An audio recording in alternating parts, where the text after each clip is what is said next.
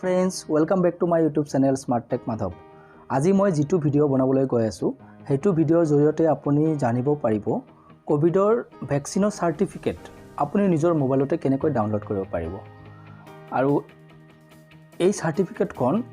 যিসকল government employ আছে সৰকাৰি যিসকলে চাকৰি কৰে তেওঁলোকৰ বাবে খুবেই প্ৰয়োজনীয় বহু ক্ষেত্ৰত দেখা গৈছে যে তেওঁলোকে গভৰ্নমেণ্টে এই ডকুমেন্টটো তেওঁলোকক জমা দিবলৈ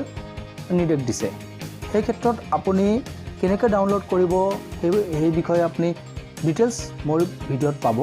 গতিকে আপুনি ভিডিওটো কত স্ক্ৰিপ্ট নকৰি হেকলৈকে চাই থাকিব আৰু সদায় কোৱাৰ দৰে কও আপুনি যদি মোৰ চেনেলত প্ৰথমবাৰ ভিডিও চাই আছে তেনেহলে মোৰ চেনেলটো প্লিজ সাবস্ক্ৰাইব কৰি দিব লগতে কাষত থকা বেল আইকনটো অন কৰি ৰাখিব কাৰণ মই আপোনালোকৰ বাবে সদায় নতুন টেকনিক্যাল ভিডিও লৈ আহো আৰু যদি ভিডিওটো ভাল পায় তেন্তে নিশ্চয় আপুনি আপোনাৰ লগৰবোৰৰ সৈতে ভিডিওটো শেয়াৰ কৰিব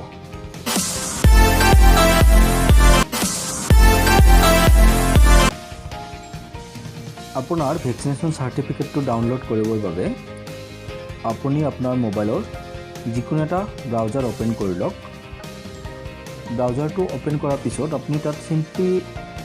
টাইপ কৰি দিয়ক www.cowin.gov.in তাৰ পিছত তাত ক্লিক কৰি দিয়ক ক্লিক কৰাৰ পিছত এনেকুৱা এটা ইন্টাৰফেস খুলিব তাৰ পিছত ইয়াত ৰেজিষ্টাৰ্ড সাইন ইন ইয়োৰসেল্ফ বুলি আছে তাত ক্লিক কৰি দিয়ক আপোনালোকৰ সঙ্গে মনত আছে যদি আপোনালোকে নিজে ৰেজিষ্ট্ৰেচন কৰিছিল বেলেগৰ হতোৱা যদি কৰোৱা নাছিল নিজে ৰেজিষ্ট্ৰেচন কৰিছিল মই এটাৰ কথা কোৱা নাই বৰ্তমানটো আপুনি সেন্টাৰ বিলাকত গলে ৰেজিষ্ট্ৰেচন নকৰাকৈ মানে স্লট বুকিং নকৰাকৈ আপোনাৰ ভ্যাকচিনেশন হৈ যায় মই কৈ আছো 1.5-2 মাহ আগৰ কথা যেতিয়া আমি ভ্যাকচিনেশন লৈছিলো মই লোৱা প্ৰায় আজি 1.5 মাহ হ'ল সেই সময়ৰ কথা মই কৈ আছো আপুনি যদি সেই সময়ত ভ্যাকচিনেশন কৰি থৈছে তো আপুনি নিশ্চয় জানে যত গৈ আপোনালোকে স্লট বুকিংৰ কাৰণে প্ৰথমবাৰৰ বাবে ৰেজিষ্ট্ৰেচন কৰিছিল তাৰপিছত স্লট বুক কৰিছিল সেম প্ৰসেছত আপোনালোকে কোৱিন সাইটটো খুলিব খোলাৰ পিছত ইয়াত আপোনাৰ মোবাইল নম্বৰটো এন্টাৰ কৰিব মোবাইল নম্বৰ আপুনি হেতু এন্টাৰ কৰিব যেটো আপুনি বুকিং কৰাৰ সময়ত দিছিলে স্লট বুকিং কৰাৰ সময়ত বা ৰেজিষ্টাৰ কৰাৰ সময়ত দিছিলে মই মোৰ মোবাইল নম্বৰটো দি গেট অটিপি টাচ কৰি দিলো গেট অটিপিৰ পিছত এটা ওটিপি আহিব ওটিপি হয় এটো আহিছে সব ওটিপি অহাৰ পিছত মই ওটিপিটো কপি কৰি ললো কপি কৰি এন্টাৰ ওটিপি যত আছে তাত পেষ্ট কৰি দিলো তাৰ পিছত তলত চাব ভেৰিফাই এণ্ড প্ৰসিড তাত ক্লিক কৰি দিব এনেকৈ ক্লিক কৰি দিয়াৰ পিছত এটা মোবাইল নম্বৰ দি আপোনাৰ ফ্যামিলিৰ যিকৈজন মেম্বাৰৰ আপুনি স্লট বুকিংৰ সময়ত বা ভ্যাকচিনেশন ৰেজিষ্টাৰ সময়ত ব্যৱহাৰ কৰিছিল ফোন নম্বৰটো তেওঁলোকৰ সকলোৰে লিষ্টটো এটা আহি যাব মোৰো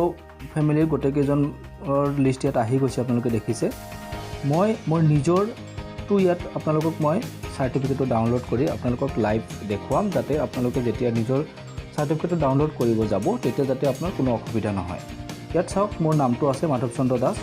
মই মোৰ সাৰ্টিফিকেটটো ডাউনলোড কৰি আপোনালোকক লাইভ দেখুৱাইছো ইয়াত তল সাৰ্টিফিকেট বুলি আছে তাত ক্লিক কৰি দিয়ক তাৰ পিছত চাওক এনেকৈ ডাউনলোড অপচন আহিব ডাউনলোডত ক্লিক কৰি দিয়ক ডাউনলোডত ক্লিক কৰাৰ পিছত কিছু সময় ওয়েট কৰক সাৰ্টিফিকেটটো ডাউনলোড হ'বলৈ দিয়ক চাওক এটা ডাউনলোড হৈ আছে মোৰটো ডাউনলোড হোৱাৰ পিছত ইয়াত চাওক certificate.pdf বুলি যে আছে তাত আপুনি ক্লিক কৰি দিয়ক ইয়াত ভিউৱাৰ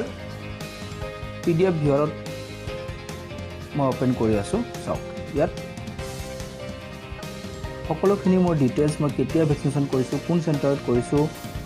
গোটেইখিনি ডিটেইলছ এটা আহি গৈছে কি ডিটেইলছ এটা আহিছে চাওক প্ৰথমে আহিছে বেনিফিচিয়াৰী নেম তাৰ পিছত age gender ID verified ID কি আইডি মই আধাৰ কাৰ্ড দিছিলো আধাৰ কাৰ্ড নম্বৰটো আহি গৈছে তাৰ পিছত বেনিফিচিয়াৰী ৰেফাৰেন্স আইডি যেটো এটা আছিল আপোনালোকে ভ্যাকচিনেশনৰ সময়ত আপোনাক খুদিছিল চাগে এই নম্বৰটো ইয়াত আহি গৈছে তাৰ পিছত ভ্যাকচিন নেম মই কোভিশিল্ড লৈছো কোনোবা বেলেগ ভ্যাকচিনো ল'ব পাৰে যোনে যেটো লৈছে এটো ইয়াত আহি যাব তাৰ পিছত ডেট অফ ডোজ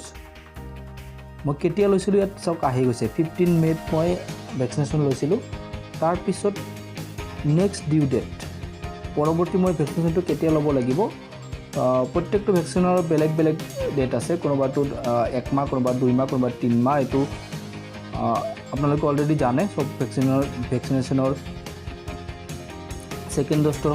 সময় সীমাটো বেলেগ বেলেগ থাকে মোৰটো চাওক ইয়াতে বিটুইন 7 আগষ্ট টু 4 ছেপ্টেম্বৰ আপোনাৰটো হয়তো বেলেগ আহিব এনেকৈ আহিব। তাৰপিছত ভেকচিনেটেড বাই কোনে আপোনাক ভেকচিনেশ্যন কৰিছিলে ইয়াতে নাৰ্ছ বাইদেউজনীৰ নামো আহি যাব ইয়াত। তাৰপিছত ভেকচিনেশ্যন ক'ত ভেকচিনেশ্যন কৰিছিল তাত আপোনাৰ ভেকচিনেশ্যন চেণ্টাৰৰ নামো আহিব। ইয়াত মোৰ চেণ্টাৰৰ নামটো শ্ব' হৈ আছে। তো এনেকৈ আপুনি অতি সহজতে নিজৰ ভেকচিনেশ্যন চাৰ্টিফিকেটটো আপুনি ডাউনলোড কৰিব পাৰিব। তো নিশ্চয় আপুনি মোৰ ভিডিঅ'টো ভাল পালে। যদি আপোনালোকে মোৰ ভিডিঅ'টো ভাল পালে তেন্তে এটা লাইক কৰি দিব, কাৰণ আপোনালোকৰ এটা লাইকে আমাক ভিডিঅ' বনাবলৈ অনুপ্ৰেৰণা যোগায়। গতিকে পৰৱৰ্তী ভিডিঅ'ত বেলেগ এটা টপিকত লগ পোৱাৰ আশাৰে আজিলৈ ইমানেই। ধন্যবাদ।